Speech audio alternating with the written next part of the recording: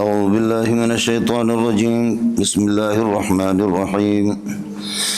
الحمد لله رب العالمين الرحمن الرحيم مالك يوم الدين إياك نعبد وإياك نستعين اهدنا الصراط المستقيم صراط الذين أنعمت عليهم غير المغضوب عليهم ولا الضالين.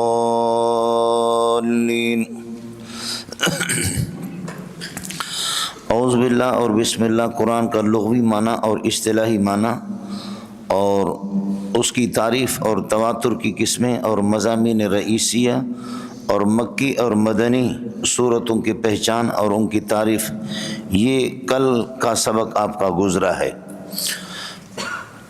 یہاں آج ایک مسئلہ یہ سمجھ لے کہ بسم اللہ الرحمن الرحیم اس کا قائل کون ہے.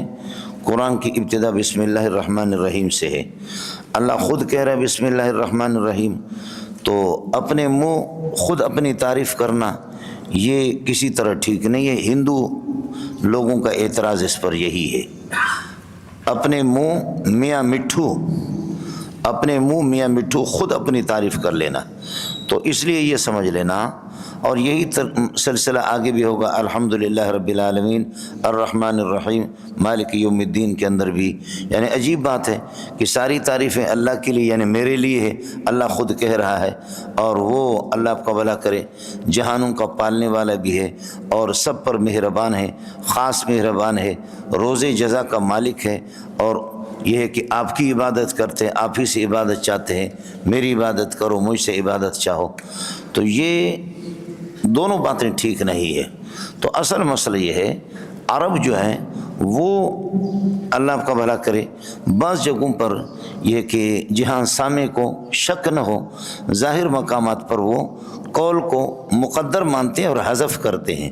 ہوتا تو مراد تو ہوتا ہے، لیکن یہ کہ وہ محذوف ہوتا ہے. تو اب ہوگا قولوا بسم اللہ الرحمن الرحیم قولوا الحمدللہ رب العالمین. آپ کہہ دو، میری تعریف آپ کر دو. کس کو سمجھ میں آ گیا؟ جی اگر آپ خود اللہ تعالیٰ بسم اللہ الرحمن الرحیم کا قائل ہو تو پھر یہ ہے کہ اپنے منہ میاں مٹھو خود اپنی تعریف کرنا یہ تو ٹھیک نہیں ہے نا. تو اس لیے میں عرض کروں قولوا بسم اللہ الرحمن الرحیم قولوا الحمدللہ رب العالمین الرحمن الرحیم. اب اشکالات سارے ختم ہو گئے. آپ کو مسئلہ سمجھ میں آ گیا؟ دوسرا مسئلہ سمجھو، بسم اللہ کا معنی کل میں نے آپ کو بتا دیا، لیکن صوفیہ کے ہاں یہ ہے کہ بسم اللہ کی با استعانت کے لیے ہے، اور استعانت صوفیہ اس کا بڑا پیارا ترجمہ کرتے ہیں. میں یہ ترجمہ آپ کو بتانا چاہ رہا تھا. بی کان ما کان و بی یکون ما یکون، بی کان ما کان و بی یکون ما یکون. کیا رضا؟ بی کان ما کان، جو کچھ کائنات کے اندر وجود میں آ چکا ہے وہ میرے برکت سے اور میری مدد سے ہوا، میرے ارادے سے، میری مشیت سے. بی کان ما کان، بی کان ما کان و بی یکون ما یکون، اور جو کچھ آئندہ قیامت تک ہوں گے وہ سب میری مدد سے ہوں گے. ملنگو یہ جو کائنات ہے یہ پوری کی پوری کائنات اللہ آپ کا بھلا کرے ممکن الوجود ہے، اور ممکن میں سلب و ضرورت من الطرفین ہے. ممکن کے اندر سلب و ضرورت من الطرفین معنی کیا ہے؟ مولی منظور کا پیدا ہونا نہ ہونا دونوں ضروری نہیں ہے. سلب و ضرورت من الطرفین، مولی منظور پیدا ہو بھی ضروری نہیں ہے، پیدا نہ بھی ہو ضروری، یہ دونوں برابر ہے، یہ دونوں کے دونوں برابر ہے. سمجھ شریمی ہے کہ نہیں ہے؟ لیکن اب منظور پیدا ہو گیا ہے، یہ دونوں چیزیں جب برابر تھی تو پھر منظور کی پیدائش کو کس نے ترجیح دے دی؟ یہ وہی واجب الوجود ہے.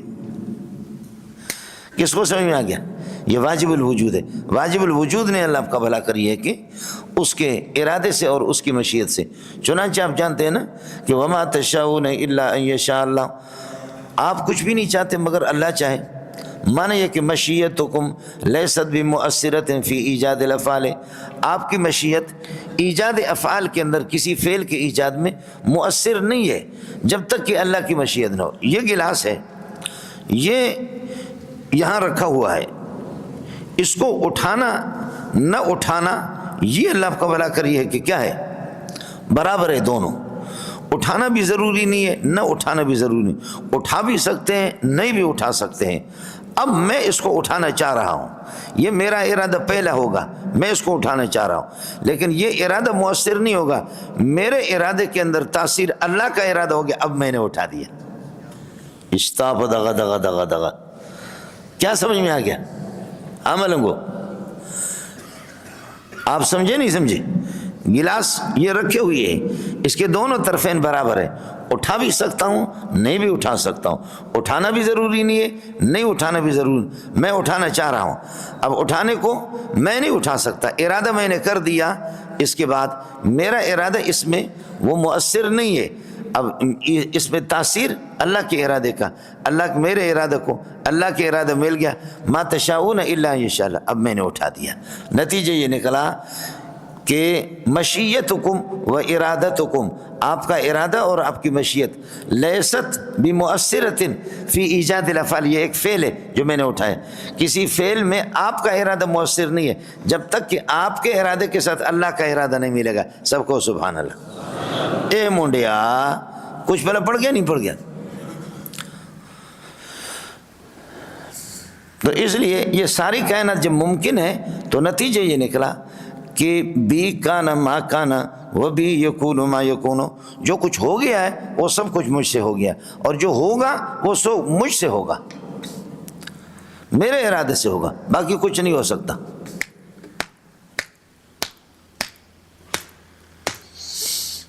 کچھ پہلے پڑھ گیا ہو گیا. یہ صوفیہ کیا میں نے آپ کو بتایا. تو ایک تو الحمدللہ سے پہلے آپ کولو نکالیں گے، دوسرا بسم اللہ الرحمن الرحیم سے پہلے کولو آپ نکالیں گے. سمجھے؟ قولوا بسم اللہ الرحمن الرحیم. دوسری بات، ایک اہم مسئلہ ہے، اللہ کرے آپ اس کی طرف متوجہ ہو جائیں. بسم اللہ امام ابو حنیفہ رحمۃ اللہ علیہ کے ہاں جزء من القرآن ہے، لا علی التعیین ہے. پورے قرآن کا جز ہے ایک بسم اللہ. سورہ نمل کے بسم اللہ کے علاوہ، سورہ نمل کے بسم اللہ کے علاوہ یہ دروازے کھلوا دے تو میرے خیال میں آواز اس طرح گونجے گی نہیں. جو کوئی خدا کا بندہ ہو وہ دروازہ بھی کھول دے، اور پیچھے جو بیٹھے ہوئے بھائی دروازے کھول دو، دو دروازے دونوں کھول دیں، کھڑکیاں بھی کھول دے تو خدا کرے کہ آواز تو بہت گونجتی ہے.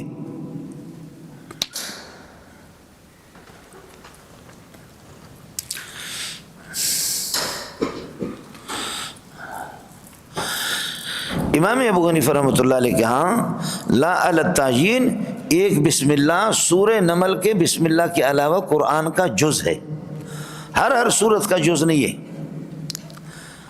امام شافعی رحمۃ اللہ علیہ کے ہاں ہر سورت کا جز ہے. امام مالک کے ہاں سورہ نمل کے علاوہ کوئی بسم اللہ قرآن کا جز ہے ہی نہیں ہے.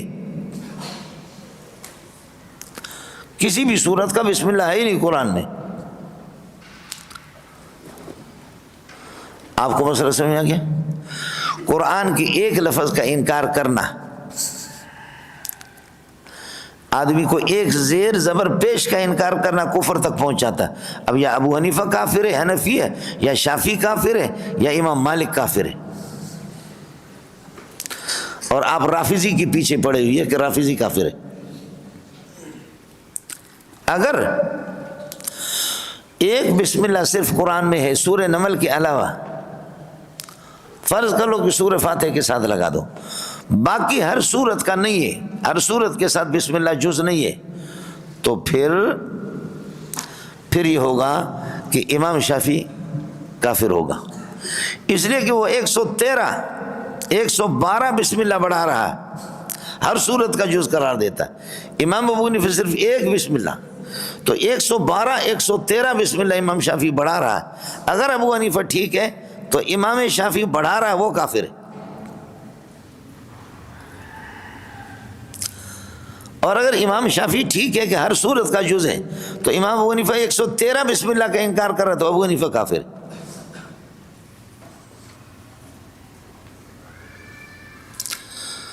آپ میری بات سمجھے؟ اور امام مالک تو سرے سے مانتا ہی نہیں ہے. آپ پڑھتے رہتے ہیں، ظاہر ہے کہ علماء بنی اسرائیل اب میں موجود ہے، مدرسین ہے سارے حضرات. تو تو وہ تو مانتا ہی نہیں ہے. تو یہ امام مالک کافر ہے اور یا یہ ابو حنیفہ یا شافعی، ایک تو کافر تو ہے. آپ کو مسئلہ سمجھ آ گیا؟ یہ میں آپ کو بتانا چاہ رہا تھا.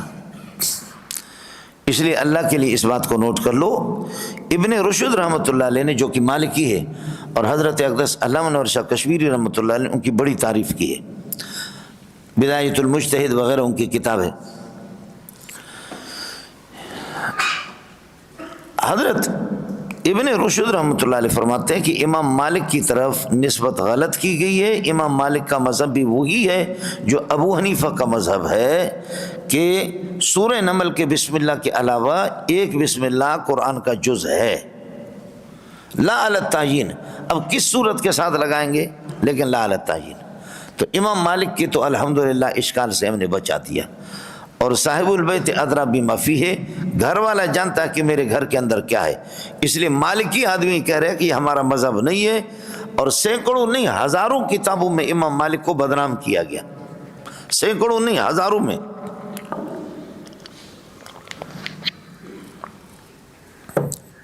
اب امام مالک کو گویا کہ کافر قرار دے رہے.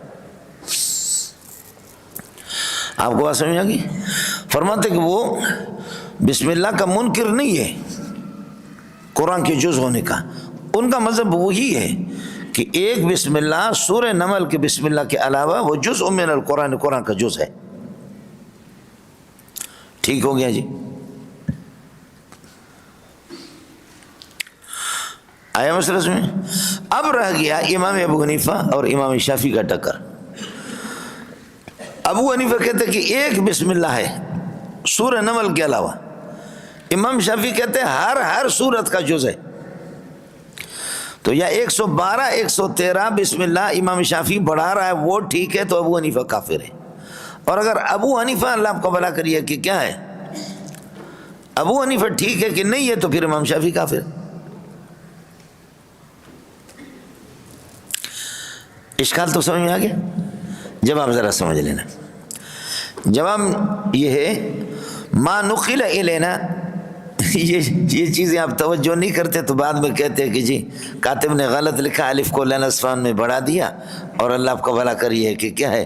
پھر رسول پاک صلی اللہ علیہ وسلم وہ خود امی تھے، ان پڑھ تھے، اس کو پتہ نہیں چلا. اس قسم کی کافی غلطیاں بھی نکال دیتے قرآن میں. سمجھ میں ہے کہ نہیں؟ جب ساتھی سبق سنتے نہیں ہیں تو پھر مسئلہ یہی ہوتا. اب مسئلہ سمجھو. قرآن کی تعریف کل آپ کو بتایا ما نقل الینا بین دفتِ المصاحف. یہ جو گتوں کے درمیان میں رسم عثمانی اور خط قرآنی، رسم عثمانی اور خط قرآنی کے ساتھ جو کچھ لکھا گیا ہے یہ قرآن ہے.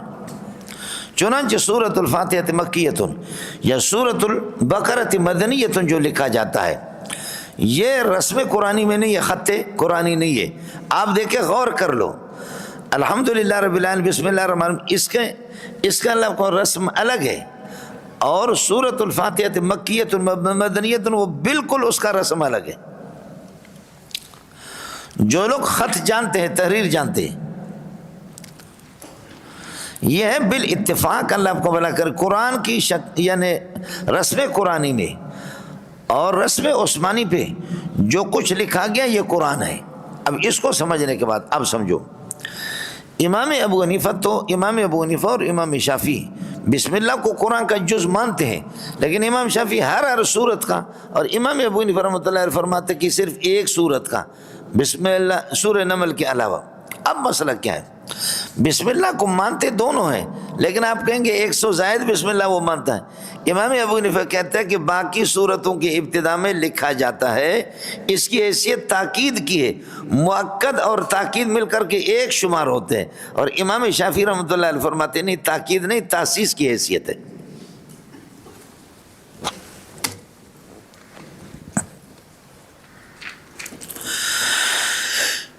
یہ اتفاق ہے یہاں سر سے لے کر کے پاؤں تک، پاؤں سے لے کر کے سر تک، اس پر اتفاق ہے کہ منظور یہی ہے. منظور اسی کو کہتے ہیں، اس پر اتفاق ہے. لیکن اب کوئی کہتا ہے کہ منظور 6 فٹ ہے اور کوئی کہتا ہے کہ 4 فٹ ہے، دونوں ٹھیک ہے. کوئی کہتا ہے 6 فٹ ہے اور کوئی کہتا ہے 4 فٹ. اس پر اتفاق ہے کہ یہاں سے لے کر کے پاؤں تک، پاؤں سے لے کر کے سر تک، یہ سارا کا سارا منظور ہے. لیکن کوئی 4 فٹ کہتا ہے اور کوئی 6 فٹ کہتا ہے.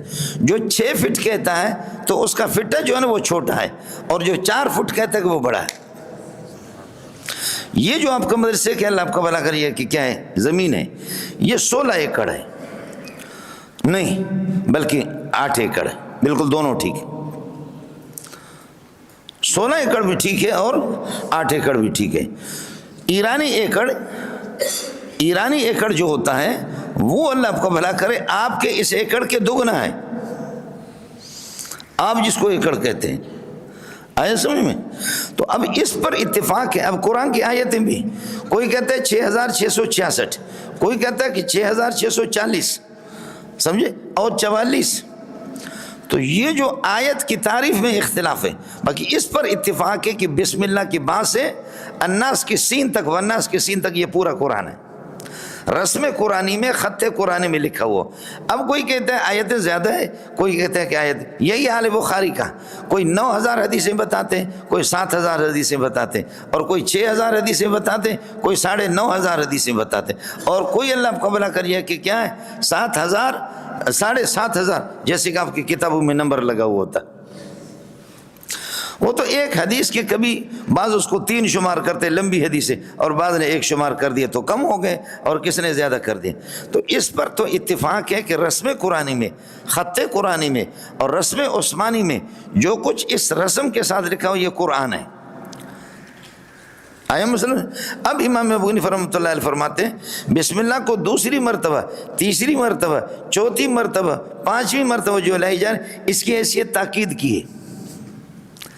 اس کی اور اصل شمار 1 بسم اللہ ہوگا سورہ نمل کے علاوہ، باقی تاکید کی حیثیت. آپ دیکھیں ہیہات ہیہات لما توعدون، یہ لما توعدون میں ما زائدہ، یہ لا زائدہ ہے. ما توعدون فاعل ہے کس کا؟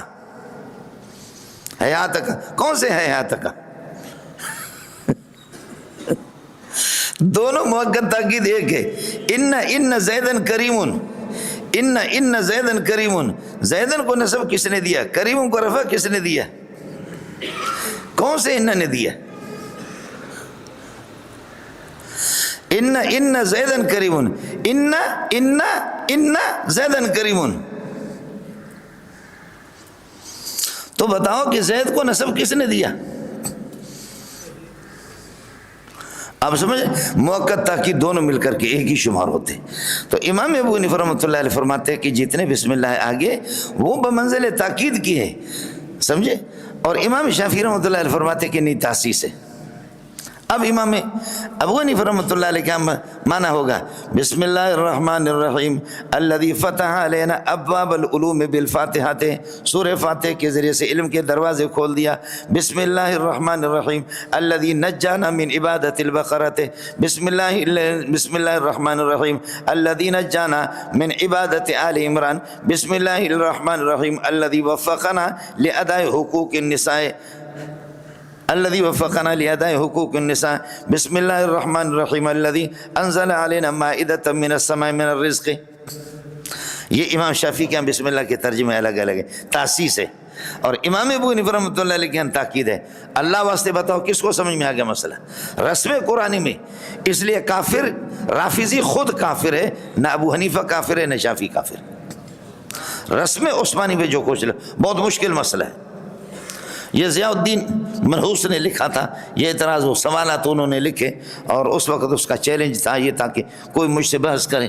علامہ علی شیر حیدری رحمۃ اللہ علیہ کو میں نے کہا بحث میں کرتا ہوں، آپ میرے معاون بن جاؤ، یا یہ کہ آپ بحث کریں میں آپ کا معاون بن جاتا ہوں. پھر خدا نے اس کو جہنم میں پہنچا دیا. الحمدللہ ہمارے مناظرے کی نوبت آئی بھی نہیں. یہ کم کا جامع فیضیہ کم کا پڑا ہوا تھا. خوب مسئلہ سمجھو. مسئلہ آپ کو سمجھ میں آ گیا؟ یہ ہو گیا. اس کے بعد مسئلہ یہ ہے کہ آپ لوگ چونکہ مدرسین ہیں، کیا ہیں؟ مدرسین. تو بسم اللہ الرحمن الرحیم کی ترکیب تو میں کل آپ کو بتا چکا ہوں. آپ کو بتایا ابدؤ بسم اللہ الرحمن الرحیم مستعینا، یاد ہے کہ نہیں ہے؟ ابدو بسم اللہ الرحمن الرحیم مستعینہ اور اتلو بسم اللہ الرحمن الرحیم مستعینہ، یہ بسم اللہ الرحمن الرحیم مستعینہ کو پہلے نہیں نکالا بلکہ اللہ آپ کا بھلا کرے بعد میں نکالا۔ اس کی وجہ میں نے آپ کو قصر افراد اور قصر قلب، حصر افراد اور حصر قلب کی شکل میں کل آپ کو میں بتا چکا ہوں۔ او منڈیا کچھ بھلا پڑھا نہیں پڑھا، یہ اس کا ذرا یاد کر لینا، سمجھ رہی؟ باقی ہمارے آپس کے اللہ کو کہ چھوٹے موٹے اختلافات ہیں، وہ یہ کہ بسم اللہ کو زور سے پڑھیں گے یا بسم اللہ کو آہستہ پڑھیں گے، یہ کریں گے۔ وہ امام شافعی وہ ہمارے چچا ہے، مالک اور احمد بن حنبل، اور ابو حنیفہ ہمارا ابا ہے، اور شافعی مالک اور احمد بن حنبل ہمارے چچا ہیں۔ غیر مقلدین ہمارے سوکن ہیں، سمجھ میں کہ غیر مقلدین کیا ہے؟ وہ ہمارے سوکھن ہیں۔ اور اللہ آپ کا بھلا کریے کہ کیا ہے، گائے کے 4 پستان ہوتے ہیں، 4 ہے، اور 5واں اس کی پیشاب والی جگہ ہے، سمجھ میں ہے کہ نہیں؟ تو بس یہ ہے کہ ہم دودھ پینے والے لوگ ہیں، 4 پستان ہوتے ہیں اس کے، اللہ آپ کا بھلا کریں۔ باقی جو کہ پیشاب والی جگہ وہ غیر مقلدین کو پیشاب لے کر کے ہم دیتے رہیں گے۔ اللہ کے بندوں کچھ پڑھا نہیں پڑھا؟ ہاں، یہ ذرا بسم اللہ کے متعلق میں نے آپ سے عرض کیا۔ اب اس کے بعد چلیے گا، البتہ ایک مسئلہ کر لینا، میں نے آپ سے عرض کیا کہ آپ یہ ہے کہ مدرسین حضرات ہیں، الرحمن میں فاعل ہوا نکالیں گے، الرحیم کے اندر فاعل ہوا نکالیں گے، اور فاعل ملا کر کے پھر صفت اول لفظ اللہ کے لیے، اور الرحیم کو فاعل سے ملا کر کے پھر یہ نہیں کہہ دینا کہ لفظ اللہ مضاف الیہ مجرور، اور وہ اللہ آپ کا بھلا کریے کہ مضاف الیہ مجرور اور وہ موصوف، اور الرحمن صفت اول الرحیم صفت ثانی، اس طرح نہیں کرنا چاہتی۔ ٹھیک ہے اختصار میں کر لیتے ہیں لیکن ویسے نہیں، ٹھیک نہیں ہے نحوی اعتبار سے۔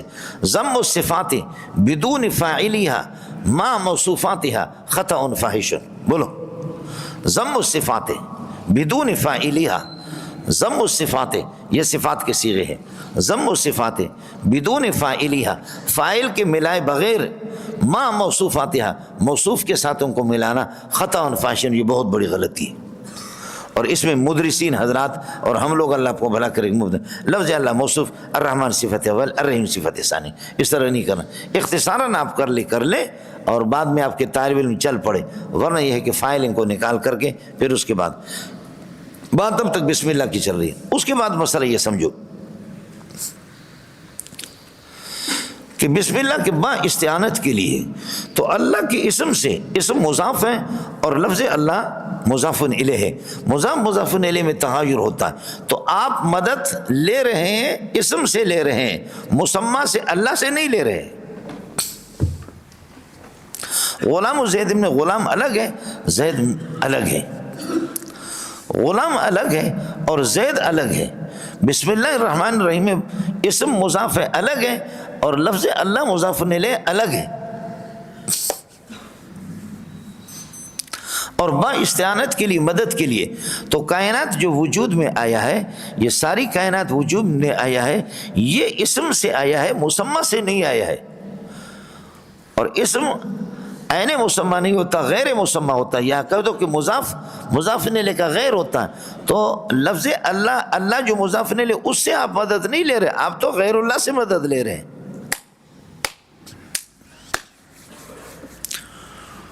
آئے مسئلہ سمجھیں؟ تو بیزاوی نے تو کمال کر دیا، اس نے کہا کہ جی لفظ اسم زائد ہے، سمجھتا ہے؟ تو پورے قرآن کے اندر یہ اسم کو زائد قرار دے گا، سمجھ میں آگیا؟ پورے قرآن کے اندر تبارک اسم ربک ذی الجلال والاکرام، ہر جگہ بسم اللہ الرحمن الرحیم، بسم اللہ الرحمن الرحیم، اس کو اللہ آپ کو بھلا کریے کہ کیا ہے، اور زائد قرار دیتا رہے گا حضرت صاحب۔ تو ایک جواب تو اس نے وہ دے دیا۔ دوسرا جواب سمجھو مولانا، جو اصل جواب ہے وہ یہ ہے کہ اسم صفت کے معنی وَلِلَّهِ الْأَسْمَاءُ الْحُسْنَى وَلِلَّهِ الصِّفَاتُ الْحُسْنَى وَلِلَّهِ الْأَسْمَاءُ الْحُسْنَى الصِّفَاتُ الْحُسْنَى، اب ہوگا بِصِفَةِ اللَّهِ الرَّحْمَنِ الرَّحِيمِ، بولو بِصِفَةِ اللَّهِ الرَّحْمَنِ الرَّحِيمِ، اللہ کی صفت سے، اور صفات باری تعالیٰ عین باری تعالیٰ ہے، یہی متقدمین کا مذہب ہے۔ بولو کیا عرض کر رہا ہوں؟ بصفت اللہ، اب ہوگا استعین بصفت اللہ الرحمن الرحیم، صرف تغایر اعتباری ہے، صرف تغایر اعتباری ہے۔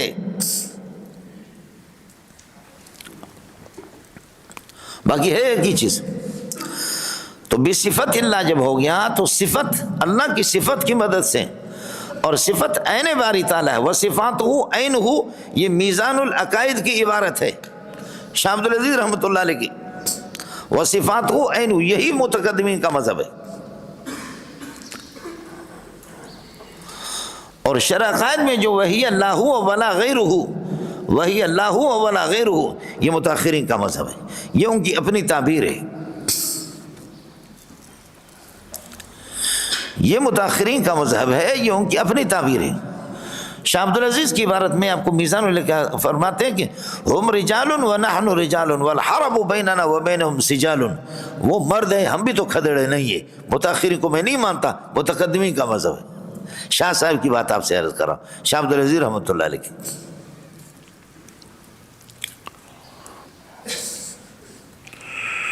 اللہ کی بندو کچھ پہلے پڑھا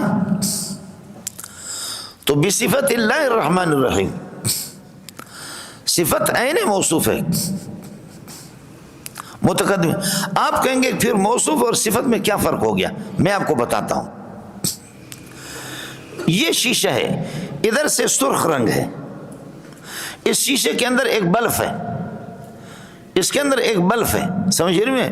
ادھر سے سرخ رنگ ہے اور ادھر سے گلابی رنگ ہے اور ادھر سے گولڈن رنگ ہے اور ادھر سے ہرا رنگ ہے. اندر بلف ایک ہے، لیکن ادھر سے جو دیکھتا ہے کہتے ہیں یار گلابی رنگ کے بلف ہے اندر. چار کونے والے شیشے دیکھے نہیں دیکھے؟ چار کونا والے نہیں، کونے والے، سمجھے؟ چار کونے والے شیشے دیکھے نہیں دیکھے؟ اس کے اندر ایک بلف ہے. اب ادھر سے آپ دیکھیں گے گلابی، ایک طرف گلابی ہے، کہیں یار بلف گلابی ہے. دوسرا ادھر سے دیکھ رہا ہے، وہ کہہ رہا ہے کہ یار گولڈن ہے، پیلا. تیسرا ادھر سے دیکھتا ہے، کہتے ہیں ہرے رنگ کا، جیسے بریلویوں کا ہرا رنگ ہوتا ہے، سمجھتا ہے؟ چوتھا یہاں سے دیکھتا ہے، کہتے ہیں سرخ ہے. یہ دیکھیے اندر کی بلف ایک ہے، لیکن باہر کی جو اس کے متعلقات ہیں تو اس کے متعلقات کے اعتبار سے وہ مختلف طریقوں سے دیکھا جا رہا ہے. آیا سمجھ میں نہیں؟ تو باہر متعلقات کے اعتبار سے وہ چار دکھائی دے رہا ہے، چار قسم کے، وہ ایک ہے، وہ ایک ہے. متعلقات خارجیہ کے اعتبار سے وہ چار شمار ہو. خیال کر لینا ایک ذات باری تعالیٰ ہے. جب مولی منظور کے پیدا کرنے کے ساتھ وہ وابستہ ہوتا ہے، اس کو پیدا کرتا ہے، اس کو محیی کہتے ہیں. اور وہی ذات جب مولی منظور کے روح کو نکال دیتی ہے وہ ذات، اس کو کہتے ہیں ممیت، اس کو ممیت کہتے ہیں. وہی جب مولی منظور پر رحمت کرنے پر آتا ہے اس کو رحیم کہا جاتا ہے. اور وہی جب مولی منظور کو وہی ذات جب گرفت کرتا ہے تو وہ قہار ہے، عزیز ذو انتقام ہے. کس کو سمجھ میں آ گیا؟ جی صرف تغیر اعتباری ہوگی، تغیر صرف اعتباری ہوگا. اس لیے متقدمین کا مذہب کیا ہے؟ متقدمین کا مذہب یہ ہے وصفاتہ عینہ، تو کوئی اشکال ہی نہیں ہے. بسم اللہ الرحمن الرحیم بصفت اللہ الرحمن الرحیم اور وصفاتہ عینہ. بولو بولو وصفاتہ عینہ. آئے مسئلہ سے ایک یہ سب سے بہترین اسلم جواب ہے اعتراضات سے صحیح سالم ٹھیک. باقی میں نے عرض کیا متاخرین کا ان کا کوئی اعتراض بھی نہیں ہے، مجھے ان تفصیلات میں وقت لگے گا. لا ہو ولا غیرہ ہمارے اکابرین علماء دیوبند کا مذہب لا ہو ولا غیرہ کا ہے. حضرت اقدس حجت الاسلام والمسلمین حضرت محمد قاسم نانوتوی رحمۃ اللہ علیہ، ان کی تقریر دل پذیر وغیرہ دیگر کتابوں کے اندر لا ہو ولا غیرہ کی تقریر کی گئی ہے. اور حقانی عقائد الاسلام جو حضرت اقدس مولانا عبدالحق رحمۃ اللہ، ابو محمد عبدالحق حقانی، تفسیر حقانی کے محقق، اور یہ جو آپ کے انامی حسامی کی شرح لکھی ہے. علامہ انور شاہ کشمیری کسی کو نہیں مانتا، لیکن یہ بہت بڑے آدمی ہے عبدالحق، ابو محمد عبدالحق حقانی رحمۃ اللہ علیہ. اس کی بڑی تعریف کی ہے تفسیر حقانی کے. اور حقانی عقائد الاسلام جو اس نے لکھا اس میں بھی یہی مذہب ہے کیا ہے؟ لہو ولا غیرہ۔ مولانا ادریس کاندیلی رحمۃ اللہ علیہ علم الکلام کے اندر بھی یہی مذہب ہے۔ یہ اصطلاحات کا فرق ہے اور یہ حقیقت میں ایک ہی بات بنتی ہے، لیکن شاہ صاحب رحمۃ اللہ علیہ عوام کے اس کے لیے سہولت کے لیے آسانی کے لیے متقدمین کا مذہب و صفات ہو عین ہو۔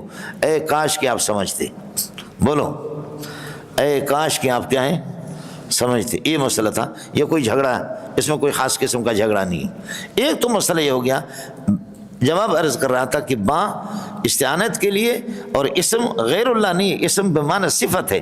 ایک تو یہ کہ زائد قرار دی اسم کو، تو اب ہوگا یعنی استعین باللہ الرحمن الرحیم، تو استعانت پھر اللہ سے ہوا کہ اگر اسم کو ظاہر کا۔ دوسرا یہ کہ اسم زائد نہیں ہے تو صفت کے معنی میں، وہ صفات ہو عین ہو، جب صفت عین باری تعالیٰ ہے، اور جواب کا اشکال کا جواب میں نے دے دیا، صفت موصوف میں پھر تغایر کیا ہوگا؟ تو تغایر میں نے آپ سے عرض کر دیا اعتباری ہے، تغایر اعتباری، حقیقی تغایر نہیں ہے۔ جب صفت عین موصوف ہے تو پھر یہ ہے کہ صفت سے مدد کا مطلب عین موصوف سے، باری تعالیٰ سے اللہ آپ کا بھلا کریے کہ کیا ہے اس سے مدد لینا ہے۔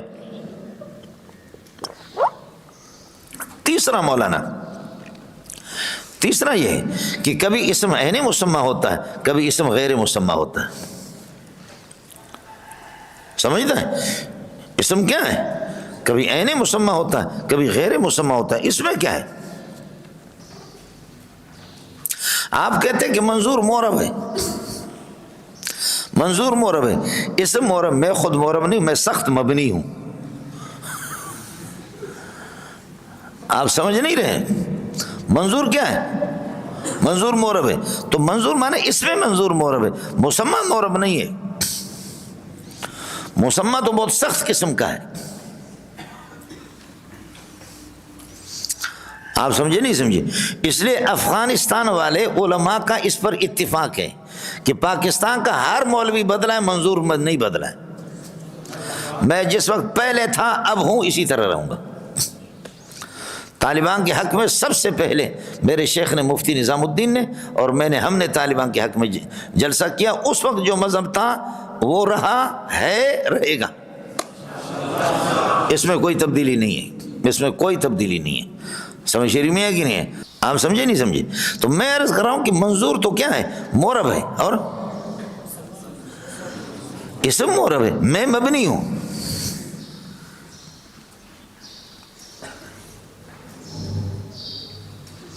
ہاں معلوم کو میں تو مبنی ہوں۔ تو اگر آپ کہتے ہیں کہ منظور مورب ہے تو یعنی اس میں منظور مورب ہے، اور آپ کہتے ہیں منظور منافق ہے اور بدماش ہے، تو اسم بدماش نہیں، مسمى بدماش ہے۔ بولو اگر آپ کہتے ہیں کہ منظور کیا ہے؟ منظور بدماش ہے، آپ کو بات سمجھ میں آ گئی؟ منظور مورب ہے، اسم ہوگا، اور منظور بدماش ہے اور سخت آدمی ہے تو پھر مسمى مراد ہوگا۔ سمجھے بھی جن؟ اور زینب کو طلاق ہے تو مسمى کو طلاق ہے، اسم کو طلاق نہیں ہے۔ آپ بات سمجھ رہے؟ تو کبھی اللہ آپ کا بھلا کرے اسم عین مسمى ہوتا ہے، کبھی غیر مسمى ہوتا ہے، یہاں عین مسمى ہے۔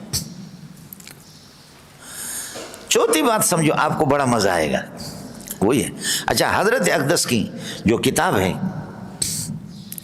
مولانا موسیٰ روحانی البازی کی، بہت بڑے آدمی ہیں ماشاءاللہ، یہ 1500-2000 صفحات کی کتاب ہے، فتح اللہ بخواص الاسم اللہ۔ کیا کمال کیا اس بندے نے! فتح اللہ، بولو مولنگو، فتح اللہ بخواص اسم اللہ نہیں ہے کہ اللہ کے اسم کے خواص نہیں ہے، بخواص سے اسم اللہ نہیں ہے، فتح اللہ بخواص الاسم اللہ، الاسم اللہ۔ ہے کیا ظالم نے کمال کر دیا، پٹھان زندہ باد، سمجھتا ہے کیا کمال کر دیا۔ ہمارے ایک علاقے کے قابل عالم ہے، اس نے 1500 صفحات کی اس پوری کتاب کا ترجمہ کیا، ترجمہ کر کے میرے پاس لایا کہ میں اس کو شائع کرنا چاہ رہا ہوں، آپ اس پر تخریج لکھ دیں۔ میں نے کہا کہ یہ فتح اللہ بخواص الاسم اللہ، اس سے کیا سمجھ میں آ گیا آپ کو؟ وہ گھومنے لگا. سمجھے میں نے پوری کتاب کے ترجمہ تو آپ نے کر دیا, اس سے آپ کو کیا سمجھ میں آ گیا؟ دیکھیں آپ حضرات, الاسم مبدل من ہو اور اللہ بدل, الاسم معطوف علیہ اور اللہ عطف بیان. معطوف علیہ اور عطف بیان دونوں کا مصداق ایک ہوتا ہے, اسم اور مسمى ایک ہے. واہ موسیٰ زندہ باد, واہ موسیٰ زندہ باد, واہ موسیٰ زندہ باد, واہ موسیٰ زندہ باد, واہ موسیٰ زندہ باد, واہ موسیٰ زندہ باد. سمجھتا ہے؟ بہت بڑے آدمی تھے. حضرت اقدس مفتی محمود رحمۃ اللہ علیہ سے مصر میں علماء نے عرض کیا کہ ایک بہت بڑے عالم پاکستان کے, اور اس جیسا ذہین دنیا میں کوئی گزرا بھی نہیں ہے, اس جیسا ذہین دنیا میں کوئی گزرا بھی نہیں ہے, ایسی ایسی اس کی تصنیفات ہیں, آپ کیوں تصنیف نہیں کر رہے؟ تو مفتی محمود رحمۃ اللہ نے فرمایا کہ وہ کون ہے پاکستان والا مولوی؟ تو حضرت اقدس یہ کہ انہوں نے مصریوں نے کہا کہ وہ موسیٰ ہے, محمد موسیٰ روحانی البازی. مفتی محمود ہنسنے لگے, فرمانے لگے کہ میں نے موسیٰ کو تیار کیا, وہ ساری تصنیفیں میری ہے, موسیٰ کی نہیں ہے. موسیٰ کو میں نے تیار کیا, موسیٰ کو میں نے پڑھایا. سمجھتا ہے؟ تو ایک لفظ کے اندر اس خدا کے بندے نے تمام مسائل حل کر دیے. لفظ کے اندر فتح اللہ بخواصل اسم اللہ, الاسم کو معطوف علیہ قرار دیا, اللہ کو عطف بیان, یا وہ مبدل من ہو اور یہ بدل, مسئلہ ہی ختم ہو گیا. اسم اور مسمى دونوں کے دونوں ایک ہیں, اور اسم صفت کے معنی میں جو میں نے آپ سے عرض کر دیا. ایک تو لفظ اسم زائد ہے, دوسرا یہ کہ اللہ کا لفظ اسم صفت کے معنی میں, اور صفات باری تعالیٰ عین باری تعالیٰ ہے. تیسرا مسئلہ یہ ہو گیا کہ اسم عین مسمى ہے. چوتھا مسئلہ سمجھو مولانا, چوتھا مسئلہ یہ ہے جب اسم مؤثر ہے تو پھر مسمى کا کیا کہنا. یہ دلالت النص استدلال ہے. جب اسم سے مدد لے رہے ہیں, اسم اتنا مؤثر ہے, اللہ کا اسم احمد رضا خان کا نہیں, سمجھ رہی میں کیا, اللہ کا اسم اتنا مؤثر ہے کہ کائنات کو وہ بنا رہا ہے. اسم اسماء اور صفات اتنے ہیں, تو پھر مسمى کا کیا کہنا.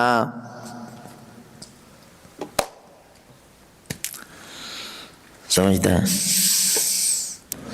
شوق دیدار فزون شد بسر بام بیا, اے نکو نام نکو نام نکو نام بیا.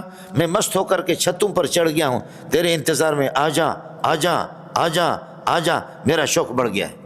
شوق دیدار فزون شد بسر بام بیا, اے دلارام دلارام دلارام بیا. چت باشی کی بنا میں تو چنی مشہور ہے, اے نکو نام نکو نام نکو نام بیا. تو کیسا ہوگا جب تیرا نام اتنا پاگل بنا کر کے دنیا کو چھوڑا ہے. نام میں اتنا مٹھاس اور حلاوت ہے, اللہ اللہ. این چنی نس تو شیرین نام, شیر و شکر میں کنم جانم تمام. جب نام اتنا ہے تو تیرا پھر مسمى کیسے ہوگا؟ اسم اس قسم کا مزیدار ہے, مسمى کیا ہوگا؟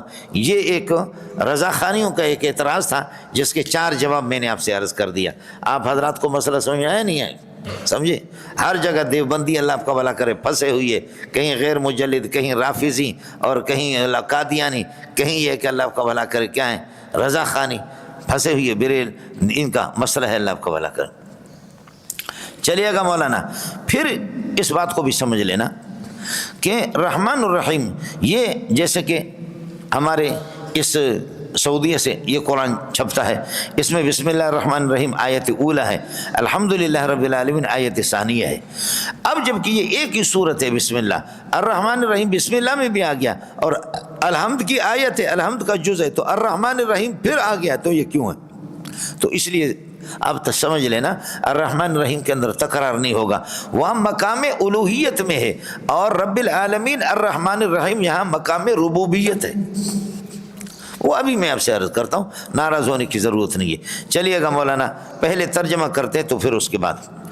اعوذ باللہ من الشیطان الرجیم، بسم اللہ الرحمن الرحیم، الحمدللہ رب العالمین۔ ساری تعریفیں اللہ ہی کے لیے، ساری تعریفیں اللہ رب العالمین، جہانوں کی پرورش کرنے والی ذات، الرحمن سب پر مہربان، الرحمن سب پر مہربان، الرحیم خاص مہربان، مالک یوم الدین مالک روز جزا کا، ایاک نعبد آپ ہی کی عبادت کرتے ہیں، و ایاک نستعین اور آپ ہی سے مدد چاہتے ہیں، اہدنا الصراط المستقیم دکھا دے ہمیں سیدھا راستہ، دکھا دے راستہ ہمیں سیدھا، صراط الذین انعمت علیہم راستہ ان لوگوں کا جن پر آپ نے انعام کیا، غیر المغضوب علیہم اور الذین انعمت علیہم جو ان کا راستہ دکھا دے جن پر آپ نے انعام کیا، غیر المغضوب علیہم نہ اللہ آپ کا بھلا کر مغضوب علیہم جن پر آپ کا غضب ہوا، والضالین ولا الضالین نہ یہ کہ گمراہ اور بھٹکنے والے، نہ بھٹکنے والے نہ مغضوب علیہم غضب یافتہ جن پر غضب ہو چکا ان کا راستہ نہ ہو، بلکہ منعم علیہم کا راستہ آپ دکھا دیں ہمیں۔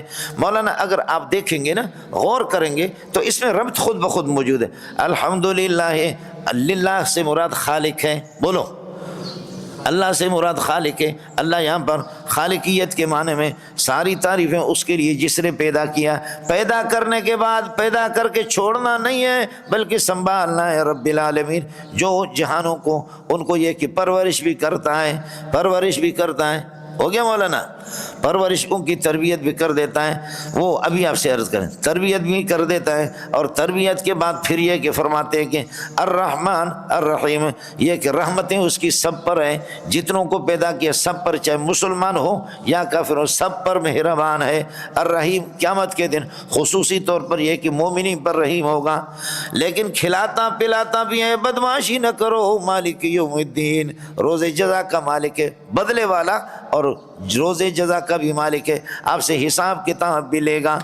اب جو حساب کتاب لینے والے ہم اس کی گرفت میں ہیں، تو پھر آؤ ہم سب کے کولو یہ کہہ دو کہ ایاک نعبد، کولو پہلے اللہ الحمدللہ سے پہلے نکل چکا ہے، جب یہ ہے کہ پیدا کرنے والا وہی ہے، کھلانے والا بھی وہی ہے، اور اللہ آپ کا بھلا کر یہ کہ سب پر مسلمان اور کافر سب پر مہربان ہے، دنیا اور آخرت میں مالک بھی ہے روز جزا کا، اس کی گرفت سے باہر نہیں ہے۔ تو آؤ مل کر کے یہ کہ سب کے سب ایاک نعبد، ہم آپ سے کہتے ہیں آپ ہی کی عبادت کرتے ہیں، و ایاک نستعین اور آپ ہی سے مدد چاہتے ہیں اپنے تمام معاملات کے اندر۔ اب عبادت کے اندر اور استعانت کے اندر ہو سکتا ہے کہ ہم سے عبادت میں غلط، یا ظاہر ہے کہ عیسائی بھی عبادت کرتے ہیں، یہود بھی عبادت کرتے ہیں، اور مشرکین اور بدعتی لوگ بھی عبادت کرتے ہیں، اس لیے عبادت میں غلطی ہوگی۔ اہدنا الصراط المستقیم، عبادت میں ہمیں سیدھا راستہ دکھا دے، سیدھا راستہ ہمیں دکھا دے، اور راستہ کس کا؟ صراط الذین انعمت علیہم جن پر آپ نے انعام کر دیا، غیر المغضوب علیہم نہ راستہ ان کا کہ جن پر غضب ہو چکا ہے، والضالین نہ بھٹکنے والے ان کا راستہ ہمیں نہ دکھا دے جن پر آپ کا انعام ہو چکا ہے، سیدھا راستہ جنہوں نے پایا اور جن پر آپ نے انعام کر دیا۔ اب یہ ہو گیا مولانا جو سورت کا ترجمہ میں نے عرض کر دیا۔ اس کے بعد مولانا اس سورت کا دعویٰ ہے، دعویٰ اس کا توحید، دعویٰ اس کا ہے توحید مولانا، اور الحمدللہ ساری تعریفیں خاص اسی کے ساتھ ہیں، یہ لام اختصاص کے لیے یہی توحید ہے مولانا، ساری تعریفیں اسی اللہ کے لیے، خاص اللہ کے لیے، اس لیے کہ لام اختصاص کے لیے آپ نے پڑھا شرح تعمیل کے اندر الجل للفرس، الجل للفرس، جل گھوڑے کا ہوتا ہے، اگر مولوی جل پہنے گا گھوڑا ناراض ہو جائے گا، اور گھوڑا پگڑی پہنے گا تو مولوی ناراض ہو جائے گا۔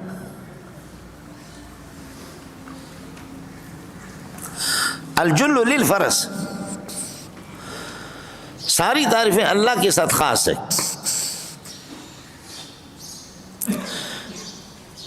وہ مسئلہ آپ کے سامنے آئے گا۔ اس سورت کا نزول نمبر 5 ہے، سورہ مدثر کے بعد اس کا نزول ہوا۔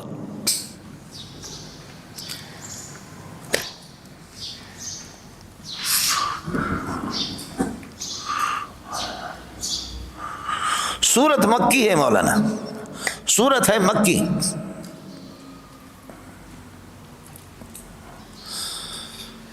بعض مفسرین اس کے تکرار نزول کے قائل ہے کہ 2 مرتبہ اس کا نزول ہوا، اور بعض کہتے کہ 1 مرتبہ ہوا، دونوں میں کوئی جھگڑا نہیں ہے۔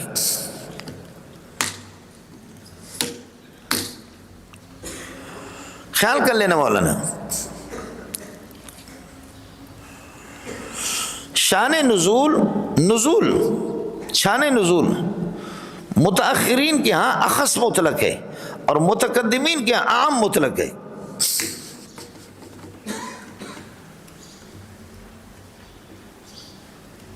مثلا ایک آیت نازل ہو گئی کسی خاص واقعے میں، سبب نزول اس کا وہ واقعہ ہے، ایک آیت خاص واقعے میں نازل ہوا۔ اب متاخرین کہتے ہیں کہ یہ نزلت فی قضا، اس میں نازل ہو گئے، اور یہ واقعہ اور یہ قصہ سبب ہے اس آیت کے نازل ہونے کا، متاخرین کے یہاں یہی۔ اور متقدمین کہتے ہیں کہ اس قسم کے واقعات جتنے، یہ تو اس سے کلی نکالتے ہیں، اور اس قسم کے جتنے بھی واقعات ہیں، اب اس پر یہ جب صادق آتی ہے یہ آیت تو کہتے ہیں نزلت فی قضا، نزلت فی قضا کا معنی صدقت فی قضا، اس پر بھی صادق آتا ہے۔ مثلا میں مثال آپ سے عرض کروں، غیر المغضوب علیہم ولا الضالین، غیر المغضوب علیہم ولا الضالین، اب غیر المغضوب سے ہم یہود مراد لیتے ہیں، الضالین سے نصارہ، تو آپ یہ کہیں کہ اسی کے بارے میں نازل ہے، یہود و نصارہ کے بارے میں، یہ متاخرین کے ہاں۔ اور متقدمین آپ کو بتا دیں گے کہ نہیں، متقدمین کہتے ہیں کہ المغضوب مشتق کا صیغہ ہے اور الضالین مشتق کا صیغہ ہے، اور مشتقات آپ نے پڑھا کلیات ہوتے ہیں، ما يدل على ذات مبہمۃ ماخوذۃ ما بعض صفاتها، مشتقات کے بارے میں آتے ہیں۔ اب المغضوب علیہم لعان والوں پر بھی خدا کا غضب ہے، والخامسۃ ان غضب اللہ علیہا ان کان من الصادقین، اور ومن یقتل المؤمن متعمدا فجزاؤہ جہنم خالدا فیہا وغضب اللہ علیہ ولعنہ واعد له عذابا عظیما۔ آپ لوگ میری بات سمجھتے ہیں؟ سو نہیں،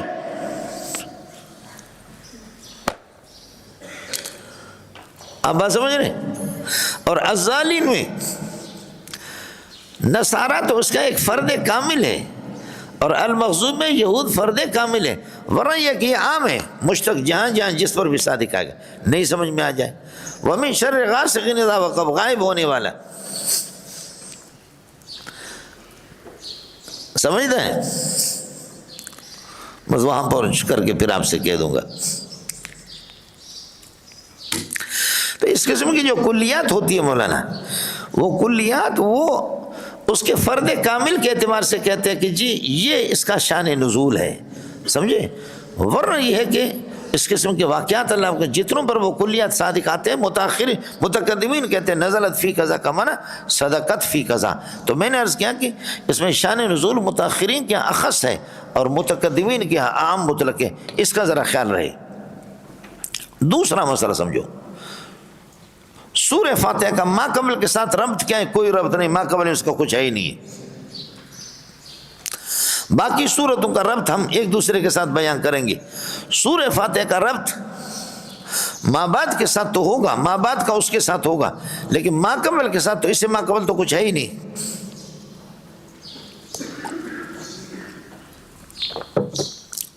دو باتیں۔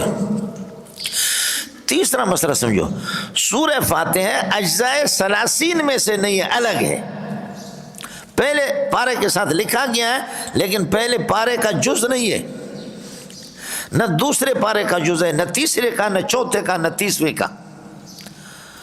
سورہ فاتحہ اجزائے 30 میں سے نہیں ہے۔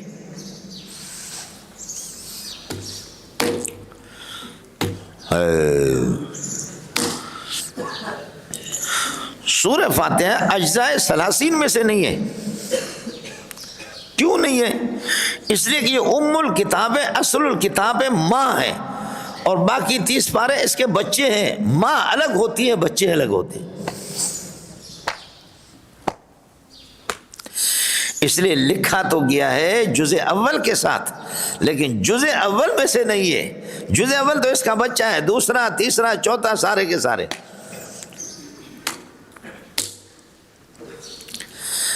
قرآن تو ہے، سمجھتے ہیں؟ قرآن تو ہے لیکن اجزائے ثلاثین میں سے نہیں ہے. اجزائے ثلاثین اس کی اولاد ہے اور یہ ان کی ماں ہے، اور ماں کا وجود الگ ہوتا ہے. التغایر بین الام و بین اولادہا، ماں اور اولاد کے درمیان میں تغایر تو بالکل واضح ہے ملنگو. یہ کس کو سمجھ میں آ گیا؟ آیا مسئلہ؟ اس کا خیال کر لینا، یہ آپ کو یاد رہے. چوتھا مسئلہ سمجھو، ایک ہے صراط مستقیمہ اور ایک ہے الصراط المستقیم. الصراط المستقیم معرف باللام، الصراط معرف باللام جب موصوف بالصفت ہو تو خصوصی تخصیص کا وہ تقاضا کرتا ہے، خصوصی تخصیص کا. اب الصراط المستقیم کا معنی متعین یہ راستہ، قرآن یا جنت یا اللہ کو بلا کر یہ کہ کیا اسلام، وہ ابھی آ رہا ہے آپ کے سامنے. الصراط معرف باللام جب موصوف ہوں کسی صفت کے ساتھ، جیسے کہ آگے المستقیم اس کی صفت ہے، تو اس صفت کے ساتھ خصوصی تخصیص کا تقاضا کرتا ہے. اس صفت کی وجہ سے خصوصی تخصیص کا تقاضا کرتا ہے. لہذا یہ تخصیص یہی ہے، یا قرآن ہے یا جنت ہے یا اسلام ہے. مولانا اسلام اور قرآن ایک ہی چیز ہے.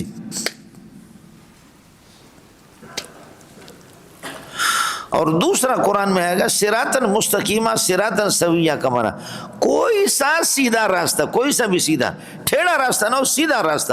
بہت سے سیدھے راستے ہو سکتے ہیں. تو صراط مستقیم سے مراد ایک خاص راستہ ہی ہوگا، اور صراط المستقیمہ سے کوئی سا بھی سیدھا راستہ. ھذا ھو الفرق بینہما، دونوں کے درمیان میں یہ فرق یہ ہو گیا. تیسرا مسئلہ ہے مولانا، جب کسی لفظ کے مختلف معانی ہو، ایک لفظ کے مختلف معنی ہو، تو سیاق و سباق کے اعتبار سے مناسب معنی اس کا وہاں مراد لیا جائے. ایک لفظ کے کئی معنی ہو تو پھر ان معانی میں سے مقام کے مناسب کسی معنی پر اس کو محمول کیا جائے گا.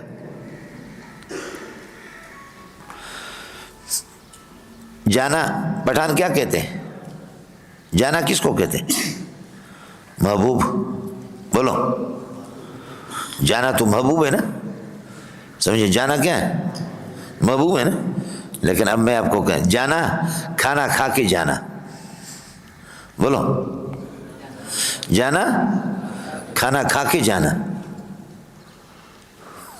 تو دونوں جانا میں فرق ہے کہ نہیں ہے؟ جانا اے میرے محبوب کھانا کھا کر کے پھر چلے جانا.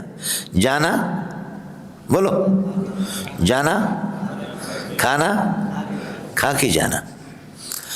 حضرت حکیم الامت اشرف علی تھانوی کو کسی نے کہا کہ شیخ العرب حسین مدنی کی شان جمالی ہے اور لوگ جمال کے قریب جاتے ہیں. حسین احمد مدنی کے لیے لوگ مرتے. آپ کی شان جلالی ہے، جلال سے لوگ بھاگتے. آپ کا روب ہے، جلال ہے، سب بھاگتے ہیں. باپ سے بچے بھاگتے ہیں، ماں کی شان جمالی ہے، ماں کے پاس چلے جاتے ہیں. آپ اردو سمجھتے ہیں؟ کہنے لگے آپ کی شان جمالی ہے، جلالی ہے، لوگ بھاگتے ہیں آپ سے، اور مدنی کی شان جمالی ہے، اس کے قریب جاتے ہیں. تو جلالی اور جمالی سمجھ میں آئے؟ آپ کی شان جلالی ہے، جلال سے بھاگتے ہیں، ان کی شان جمالی ہے، جمال کے قریب جاتے ہیں. تو حضرت تھانوی نے فرمایا کہ ہاں بھائی، مدنی کی شان جمالی ہے، انہوں نے اپنی شان جمالی، اور ہماری شان جلالی ہے، ہم نے اپنی شان جلالی. ان کی شان جمالی ہے، انہوں نے اپنی شان جمالی لوگوں میں بٹھایا. ہماری شان جلالی ہے، ہم نے اپنی شان جلالی آگ لگایا. دوسرے جلالی کا معنی آگ لگانا، اور پہلے والے جمالی جمال کا معنی جم بٹھایا. مدنی کی شان جمالی ہے، اس لیے انہوں نے اپنی شان لوگوں میں جما لی. ہماری شان جلالی ہے، ہم نے لوگوں کے درمیان اپنی شان جلالی آگ لگا دیا. ایسے ملنگ لوگ ہو، سمجھتا ہے؟ تو جمالی ایک جگہ جمال کا معنی الگ ہے، دوسری جگہ الگ. جلال کا ایک جگہ معنی الگ ہے، ایک جگہ. جانان کا ایک جگہ الگ معنی ہے، دوسرے معنی پر جگہ پر معنی الگ ہے. تو یہ ہوتا ہے. اب ہوگا مولانا، اللہ آپ کا بھلا کرے، مالک یوم الدین. سمجھتا ہے؟ تو دین کا معنی یہاں پر بدلہ اور جزا. مالک یوم الجزاء، مالک یوم الجزاء۔ اور دین کا معنی عبادت کے بھی آئے گا، دین توحید کے معنی میں بھی آئے گا، مخلصین لہ الدین، مخلصین لہ العبادۃ۔ اس لیے آپ سے عرض کر دیا، جب کہ ایک اسم کے کئی معنی ہوں تو ہر مقام میں سیاق کلام اور سباق کلام کو دیکھ کر کے ایک معنی مراد لیا جائے گا۔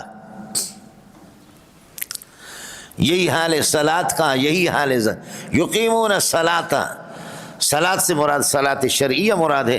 ان الصلاۃ عبارۃ عن القیام والقراءۃ والرکوع والسجود، وہ دوسرا قاعدہ بھی آئے گا انشاءاللہ، آپ سے عرض کروں گا آج ہی کے سبق میں، اس کے لیے کوئی ضرورت نہیں ہے مولانا۔ ایک مسئلہ تو یہ ہو گیا، اس کے بعد مسئلہ سمجھو مولانا، وہ یہ ہے سورہ فاتحہ کا ترجمہ اور ربط بھی میں نے آپ کو بتا دیا۔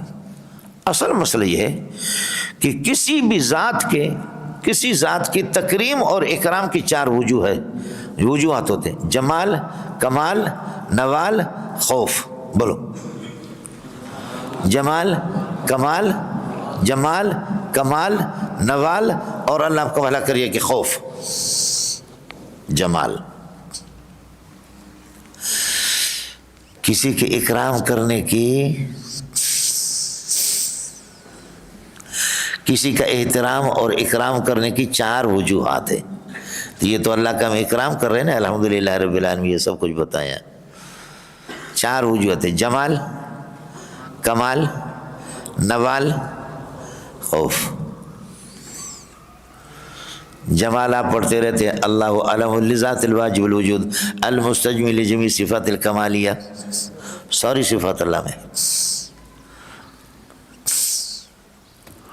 جمال ہے، سمجھے؟ کمال، کمال بھی ہے، نوال مولانا وہ جمال حضرت صلی اللہ علیہ وسلم کے اس میں کہتے ہیں کمال، اس میں کمال بھی ہے جمال بھی ہے، سمجھے؟ کمال اور جمال یہ ایک ہی چیز اس کو شمار کرے، سمجھے؟ اللہ علم لذات الواجب الوجود المستجمی لجمی صفات الکمالیہ، صفت جمال بھی ہے صفت کمال بھی ہے لفظ اللہ کے اندر مولانا۔ دوسرا نوال، نوال عطیہ رب العالمین، بولو رب العالمین، رب العالمین، سارے عالم مربوب ہے، اللہ رب ہے، یا کہہ دو کہ اللہ مربی ہے، سارے مربع ہے، اللہ رب ہے، ساری دنیا مربوب ہے، یہ نوال ہے۔ اس لیے کہ اللہ کا معنی آپ کو بتا دیا پیدا کرنے والا، الحمدللہ خالق، پیدا کرنے کے بعد تو اب اللہ آپ کا بھلا کریے کہ ان کو زندہ بھی تو رکھنا ہے نا، لہذا نوال اللہ کا عطیہ رب العالمین، نوال مولانا۔ رب اس کو کہتے ہیں جو اپنے مربوب کو آہستہ آہستہ کمال تک پہنچائے۔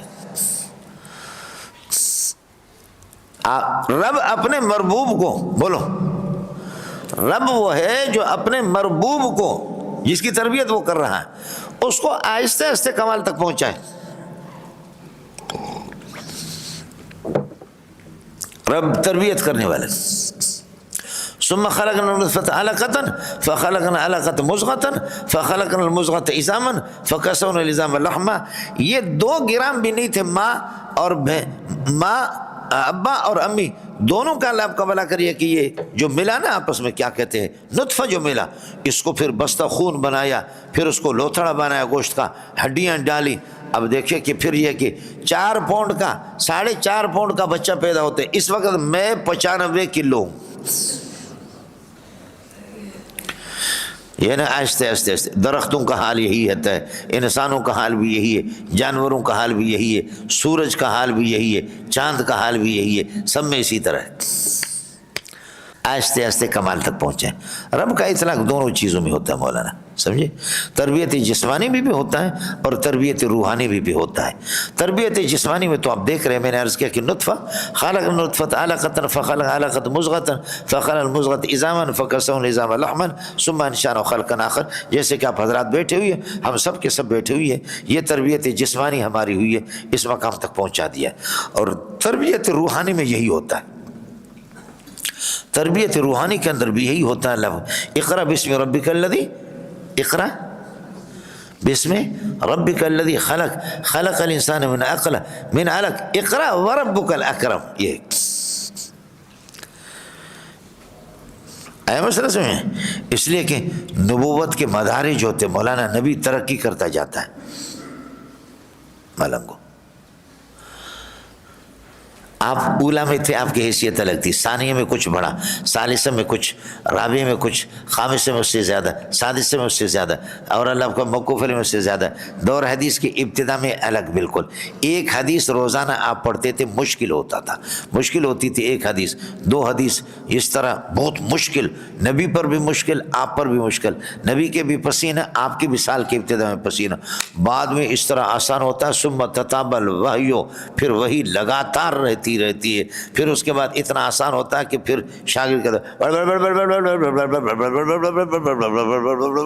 آخر سال میں دیکھا کیسے عبارتیں چلتی ہے، کچھ بلا پڑا۔ اور اگر یہ سمجھ میں نہ آ جائے، وَلَلْآخِرَةُ خَيْرٌ لَكَ مِنَ الْأُولَى، آپ کے لیے ہر گھڑی پہلی والی گھڑی سے بہتر ہے۔ نبی کا جو مقام تھا 9 بجے 10 بجے اس سے نبی بڑھ گیا، 11 بجے اس سے نبی بڑھا، 12 میں اور بڑھا، 1 میں اور بڑھا، یہ اس طریقے پر چاند بڑھتا رہتا ہے نا، سورج بھی بڑھتا رہتا ہے، چاند بھی، نبی اس طرح بڑھتا رہتا ہے۔ آپ تو تبلیغی ترجمہ کرتے ہیں نا، وَلَلْآخِرَةُ خَيْرٌ لَكَ مِنَ الْأُولَى، آخرت آپ کے لیے دنیا سے بہتر ہے نا۔ میں عرض کر رہا ہوں نہیں، ہر آنے والی گھڑی، بعد والی گھڑی ساعت لاحقہ، ساعت سابقہ سے بہتر آپ کے لیے۔ ساعت لاحقہ بعد میں آنے والی گھڑیاں پہلے والی گھڑیوں سے بہتر ہے، حضرت صلی اللہ علیہ وسلم کو بتایا جا رہا ہے۔ اللہ کی بندو کچھ پہلے پڑھ رہا ہے نہیں پڑھ رہا، بعد والی گھڑی آپ کے لیے پہلے والی گھڑی سے بہتر ہے۔ تو یہی ہے مدارج نبوت، وہ اس طرح نبی کی ترقی ہوتی رہتی ہے روحانی۔ تو جس طرح جسمانی ترقی ہوتی ہے روحانی بھی، قرآن دونوں میں استعمال۔ رب آپ دیکھتے ہیں نطفے کو جیسے بڑھائے، وہ تو تربیت جسمانی ہے، تربیت روحانی یہ تو ہے۔ ربنا وبعث فیہم رسولا منہم یتلو علیہم آیاتک، ربنا ہے نا، سمجھے، یتلو علیہم آیاتک ویعلمہم الکتاب والحکمۃ ویزکیہم، یہی تربیت روحانی ہے۔ تو دونوں میں استعمال ہے، ذرا اللہ کے لیے خیال کر لینا۔ ایک عرض کیا کہ جمال کمال، اور دوسرا نوال نوال، لہذا رب کی ربوبیت وہ بڑھاتا رہتا ہے، یہ ہر ایک کے ساتھ۔ تیسرا چیز میں نے غلط آپ کو بتا دیا تھا، تیسرا اللہ کا بھلا کرے کہ خوف ہے، خوف، سمجھے، خوف، مالک یوم الدین، روز جزا کا مالک ہے، آخر میرے پاس آپ نے آنا ہے، یہ خوف دلا رہا ہے۔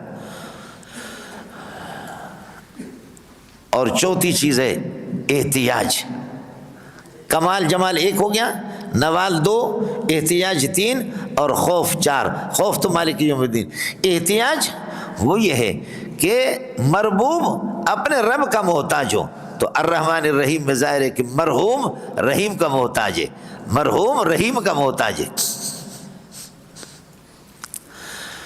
تو کسی کے اکرام کے یہ 4 اسباب ہے، جمال و کمال، یعنی کمال، نوال، احتیاج اور خوف، یہ چاروں الحمد کے اندر موجود ہے۔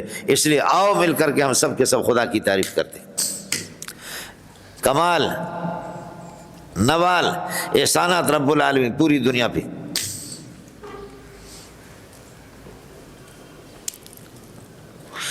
ہو گیا مولانا، اور احتیاج الرحمن الرحیم۔ اس لیے آپ سے عرض کر دیا کہ رحمان سب پر مہربان ہے، مومن اور کافر دونوں پر، اس کے الفاظ زیادہ ہیں۔ یہ کمن اللہ آپ کا بھلا کرے، زیادت المبانی تدل علی زیادت المانی، کمن یہ زیادہ ہے، مومن اور کافر سب پر اس کی رحمت عام ہے۔ اور رحیم، رحیم جو ہے نا سب پر مہربان، رحمان ہو گیا تو سب پر مہربان، مومن اور کافر۔ رحیم خاص مہربان ہے مومنین پر آخرت میں، اور دونوں کی شواہد قرآن سے ہے۔ وَرَحْمَتِي وَسِعَتْ كُلَّ شَيْءٍ، یہ رحمان کا ترجمہ ہے۔ وَرَحْمَتِي وَسِعَتْ كُلَّ شَيْءٍ، میری رحمت ہر چیز کو شامل ہے، مومن کو بھی، کافر بھی تو شے ہے، مومن کو بھی شامل ہے اور کافر کو بھی شامل ہے۔ وَرَحْمَتِي وَسِعَتْ كُلَّ شَيْءٍ، اور ایک خاص رحمت ہوتی ہے۔ كَتَبَ رَبُّكُمْ عَلَى نَفْسِهِ الرَّحْمَةَ أَنَّهُ مَنْ عَمِلَ مِنْكُمْ سُوءًا بِجَهَالَةٍ ثُمَّ تَابَ مِنْ بَعْدِهِ وَأَصْلَحَ فَإِنَّهُ غَفُورٌ رَحِيمٌ۔ وہ رحمت خاص رحمت ہے۔ من عمل منکم سوءا بجہالۃ، ناواقفی میں برائی کر دی، ثم تاب، توبہ کر دیا، اللہ اس کو جنت دے وچ بھیجے گا، جنت میں اللہ اس کو پہنچا دے گا۔ یہ خصوصی رحمت ہے مولانا۔ دونوں میں فرق سمجھ آئے نہیں ہے؟ رحمان کے الفاظ 5 ہیں، رحیم کے ہے 4، سمجھتا ہے؟ لیکن چونکہ رحمان اللہ کا اسم بھی استعمال ہوتا ہے، یعنی علم کی طرح، علم کی طرح، وہ رحمان کا غیر اللہ پر اطلاق نہیں ہوتا، رحیم کا اطلاق ہوتا ہے، رحمان کا اطلاق نہیں ہو۔ مسیلمہ کذاب کو ان کے ماننے والوں نے رحمان کہا ہے، وَأَنْتَ لَا زِلْتَ رَحْمَانًا، تو ہمیشہ رحمان رہے، لیکن کہا گیا کہ وہ بڑی سرکشی ہے، غیر اللہ پر رحمان کا اطلاق نہیں ہوا۔ اس کی حیثیت اللہ آپ کا بھلا کریے کہ کس کی ہے؟ اس کی حیثیت بمنزل علم کی، جیسے لفظ اللہ علم ہے تو اسی طریقے پر رحمان بھی، تو اس لیے علم کو علم کے قریب کر دیا، بمنزلۃ العلم۔ ورنہ قانون کا تقاضا یہ کہ رحیم پہلے ہو، اس لیے کہ رحیم کے الفاظ کم ہے اور رحمان کے اللہ آپ کو بھلا کر زیادہ ہے، اور ترقی من الادنی الی الاعلی ہوتی ہے۔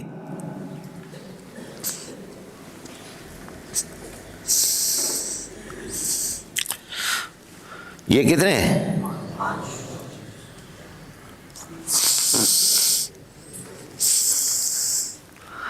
آیا سمجھ میں؟ اب موقع بن گیا، ایک پہلے آئے گا، 2 پہلے آئے، بعد میں آئے گا، پھر 3 آئے گا، پھر 4 آئے گا، سمجھتا ہے؟ یہ تو رحیم میں ہو گیا، رحمان میں 5 ہے، تو 4 والے کو پہلے لاتے نا، 5 والے کو بعد میں لاتے۔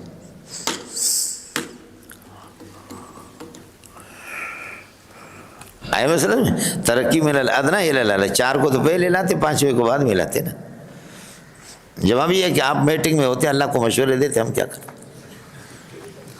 بولو، ہم لوگ تو موجود نہیں تھے، آپ ہوتے تو میں نے عرض کیا کہ چونکہ علم، لفظ اللہ علم ہے اور الرحمن بھی علم ہے، بمنزلۃ العلم اس کو قرار دیا گیا، اس لیے العلم ملصق بالعلم کر دیا، رحیم خالص صفت ہے، سمجھتا ہے؟ دوسرا یہ کہہ دو کہ الرحمن اللہ آپ کا بھلا کریے کہ وہ اخص ہے اور الرحیم عام ہے، اللہ پر اور غیر اللہ پر رحیم کا اطلاق ہوتا ہے، سمجھے؟ رحیم کا اطلاق اللہ پر بھی ہوتا ہے اور محمد رسول اللہ پر بھی ہوتا ہے۔ دیکھیے لقد جاءکم رسول من انفسکم عزیز علیہ ما عنتم حریص علیکم بالمؤمنین رؤوف الرحیم، حضرت صلی اللہ علیہ وسلم رحیم، تو شرک تو ہو گیا، اللہ کی صفات میں شرک تو ہو گیا نا۔ محمد رسول اللہ صلی اللہ علیہ وسلم بھی رحیم ہے، اللہ بھی رحیم ہے۔ آپ کو اشکال سمجھ میں آ گیا؟ کوئی شرک نہیں ہے، یہ اشتراک لفظی ہے مولوی صاحب، اشتراک لفظی ہے۔ شرک اشتراک معنوی کی صورت میں ہوتی ہے، اشتراک لفظی ہے۔ یہ اشتراک لفظی میں یہ ہوتا ہے کہ تعدد وضع ہوتا ہے، حقائق الگ الگ ہوتے ہیں، اور اشتراک معنوی میں یہ ہوتا ہے کہ لفظ کو ایک مفہوم کلی کے لیے وضع کیا جاتا ہے اور وہ مفہوم کلی سے سب پیراندہ خیر سب پہ چلتا ہے۔ انسان کو وضع کیا گیا حیوان ناطق کے لیے، حیوان ناطق کے لیے، اب یہ بھی حیوان ناطق، یہ بھی حیوان ناطق، یہ بھی حیوان ناطق، یہ حیوان ناطق، یہ سارے کے سارے حیوان ناطق ہوں گے۔ آئے مسئلہ سمجھیں؟ یہ ہے۔ اور اشتراک معنوی میں یہ اشتراک معنوی، اور اشتراک لفظی میں یہ ہوتا ہے کہ لفظ، اب اللہ کو بلا کریے کہ عین جاسوس کے لیے الگ وضع ہے، آنکھ کے لیے الگ وضع ہے، سمجھ، چشمے کے لیے الگ وضع ہے، یہ ہے، گھٹنے کے لیے الگ وضع ہے، لفظ عین عین عین، اچھا چھوڑو، اللہ کتنے ہیں بولو، اور ہمارا امیر صاحب کتنے ہیں؟ ایک ہی ہے، یہ شرک ہو گیا؟ اللہ ایک میں بھی ایک، اللہ موجود ہے نہیں ہے، میں بھی تو موجود ہوں،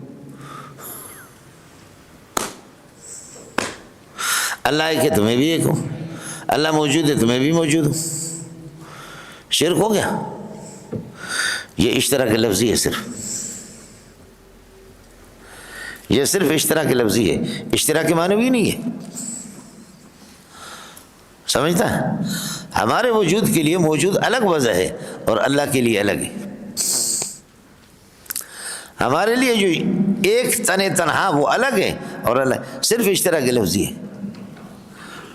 انہ هو السمیع البصیر، رسول پاک کو روح البیان نے لکھا کہ انہ هو السمیع البصیر، سمیع محمد رسول اللہ، بصیر بھی محمد رسول اللہ۔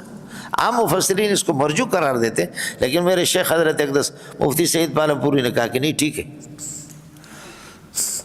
نبی پاک کو سمیع بصیر، سمیع انسان بھی تو سمیع بصیر ہے، فجعلناہ سمیعا بصیرا، هل اتى على الانسان حين من الدهر لم يكن شيئا مذكورا انا خلقنا الانسان من نطفة امشاج نبتليه فجعلناه سميعا بصيرا۔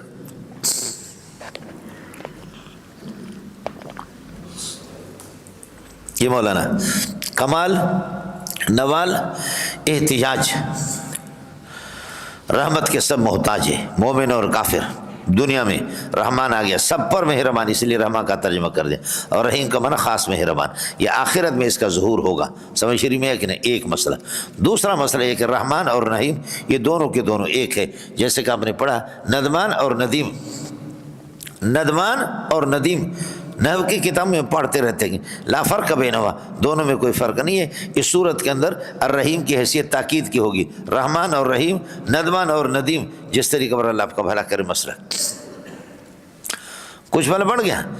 اور تیسرا مسئلہ ہے رحمان بن مانگے دے دے اور رحیم مانگنے سے دے دے،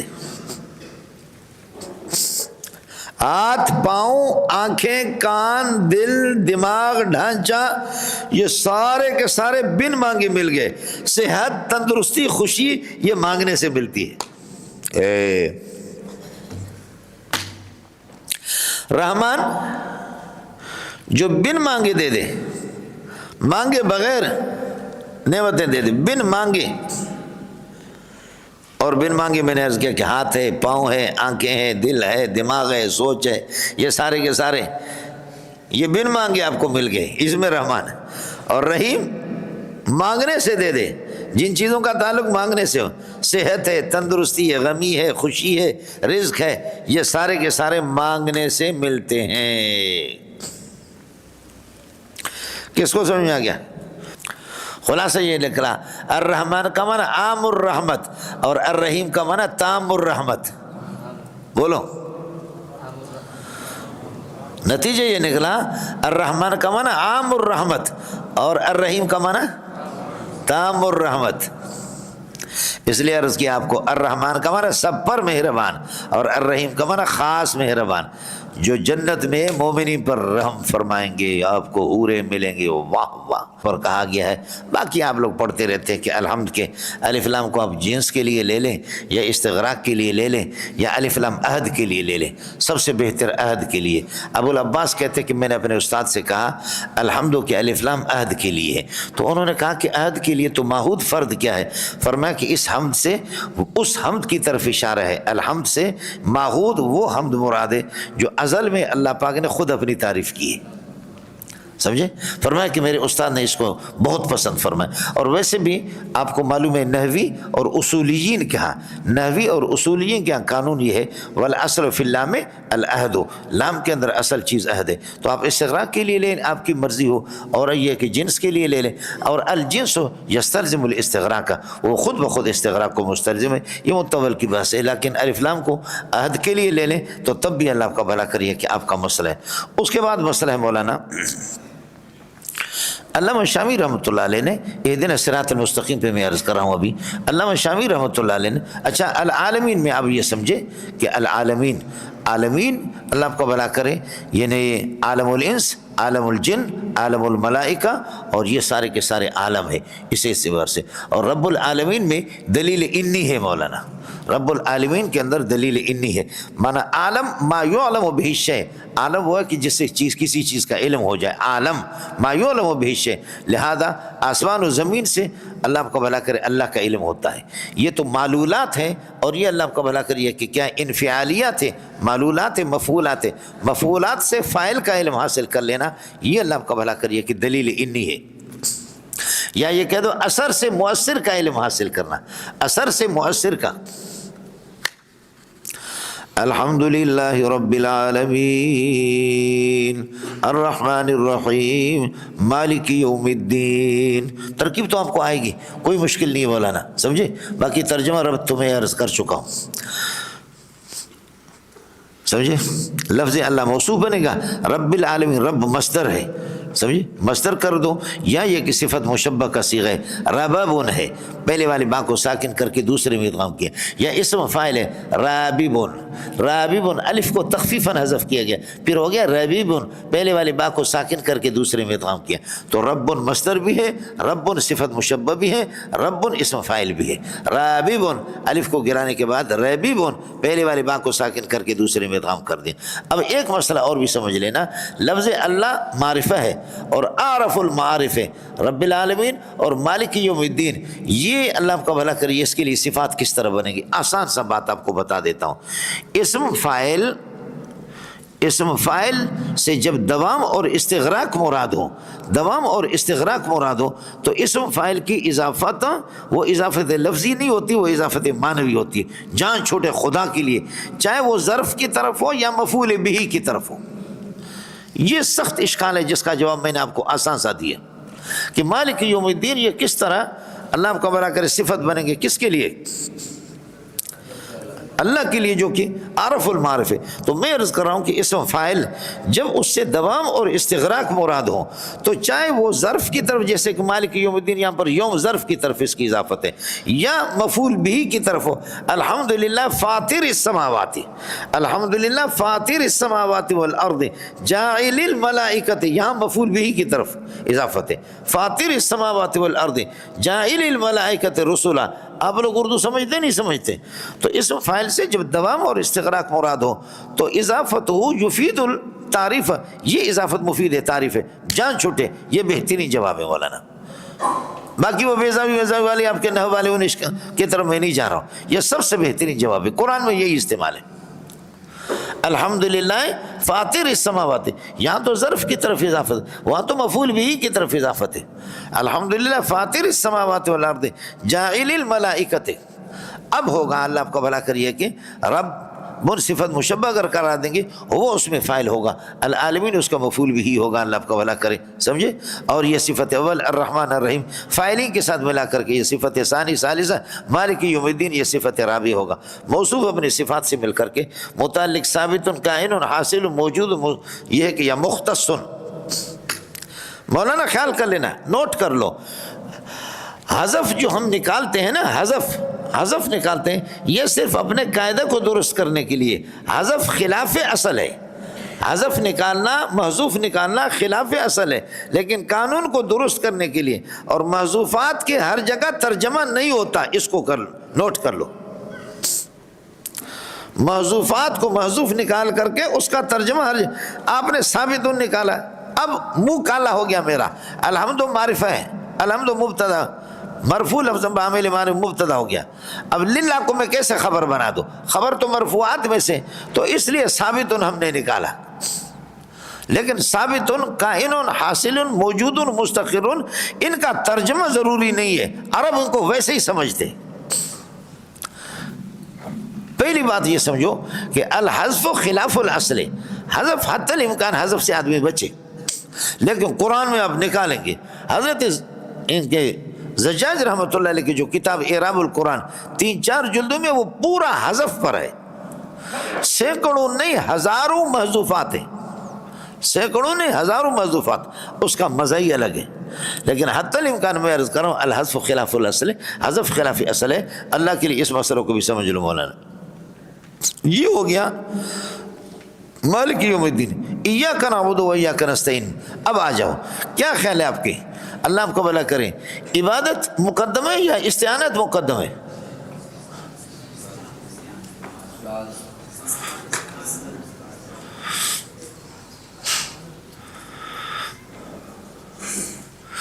استعانت حقیقت میں مقدم ہے، استعانت حقیقت میں مقدم ہے، اس لیے کہ ایاک نستعین کا معنی نستعینک فی الامور کلھا. اب ہم کہیں گے العبادت امر من الامور، عبادت بھی امر من الامور ہے، وکل امر یستعان فیہ باللہ، اور ہر امر میں اللہ کی مدد ضروری ہے. فالعبادت یستعان فیہا باللہ، بس عبادت کے اندر بھی اللہ کی مدد ضروری ہے. سمجھ رہے ہیں؟ اللہ کی مدد اگر نہ ہو تو تمہارا باپ عبادت کرے گا، کر لو، کیسے عبادت کرو؟ ہے اللہ تعالی ہمارے لیے بھی دعا فرمائے. قربان جاؤں شاہ صاحب کے مجھے بہت محبوب انسان ہے، سمجھے؟ اب زبان بند ہو گئی ہے، اللہ اللہ، میں جاتا ہوں اس کو دیکھ کر کے روتا ہوں، وہ مجھے دیکھ کر کے روتا ہے. بڑا قیمتی انسان عبدالستار شاہ رحمۃ اللہ علیہ، کوئٹہ والے ساتھیوں کو پتہ. اللہ تعالیٰ اس زبان کو، ان آنکھوں کو خدا تعالیٰ جو ہے نا، اب بعض ساتھیوں کو دیکھا کہ دائیں ہاتھوں کی کٹے ہوئی ہے، بائیں ہاتھ سے کھانا کھاتے، استنجا بھی اسی سے. ایاک نستعین، نستعینک فی الامور کلھا، تمام امور میں آپ ہی سے مدد چاہتے ہیں. سمجھے؟ یہ وہی مسئلہ ہے کہ مفعول بھی کو مقدم کر دیا تو اس میں تخصیص اور اختصاص. عرب میں یہ تھا، ایک کہتے کہ اللہ آپ کو بھلا کریے، گالی دے رہا تھا، اے تیری فلان اور تیری فلان اور تیری فلان، اس نے کوئی توجہ نہیں دی. اس نے کہا ایاک اریدو، ایاک اسبو، ایاک، آپ ہی کو تو گالی دے رہا ہوں، آپ کو گالی دے رہا ہوں یار، تیرے ٹس سے مس نہیں ہوتا. ایاک اسبو، حالانکہ اسبو کا نا، لیکن کہتے ایاک اسبو، آپ ہی کو تو گالی دے رہا ہوں. اس نے کہا ان کا اعرضو، میں آپ سے روگردانی کرتا، تو گالیاں دے، اس سے ہوگا کیا؟ سمجھتا یہ ہے ایاک اسبو، ایاک مفعول کو مقدم کر دیا اسبو پر، اور اس ظالم نے متعلق کو اس کے جواب میں کہا ان کا اعرضو، میں آپ ہی سے تو روگردانی، اعرضو ان کا کے بجائے کہا ان کا اعرضو. قرطبی نے لکھا ہے. تو یہاں پر یہی ہوگا مولانا، ایاک نعبد. مولانا عبادت کیا ہے؟ شیخ الاسلام ابن تیمیہ رحمۃ اللہ علیہ نے آسان ترجمہ عبادت کا کر دیا. العبادت ہی ما یحبہ اللہ ویرضہ من الاقوال والافعال. العبادت ما یحبہ اللہ ویرضہ، عبادت وہ ہے کہ خدا جس کو محبوب رکھے اور جس کو اللہ پسند رکھے. من الاقوال والافعال، چاہے وہ اقوال میں سے ہو یا افعال میں سے ہو. حضرت اقدس شیخ الاسلام ابن تیمیہ نے اس کا ترجمہ یہی کیا ہے. العبادت ہی ما یحبہ اللہ ویرضہ من الاقوال والافعال.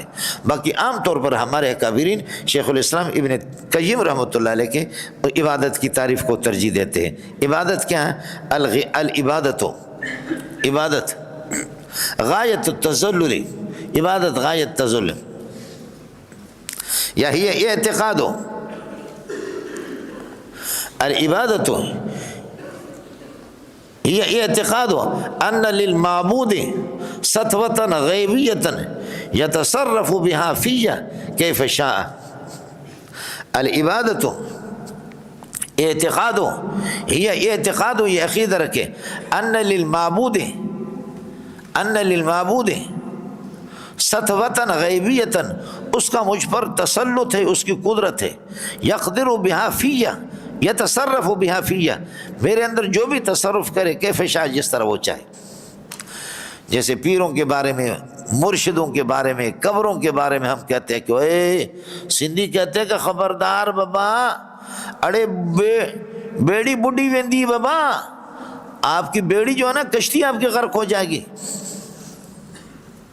بزرگوں کی مخالفت نہیں کرو، اس کو ایسی قدرت حاصل ہے اور ایسی توجہ حاصل ہے، ایسا اختیار حاصل ہے، چاہے گا تو تباہ کر دے گا.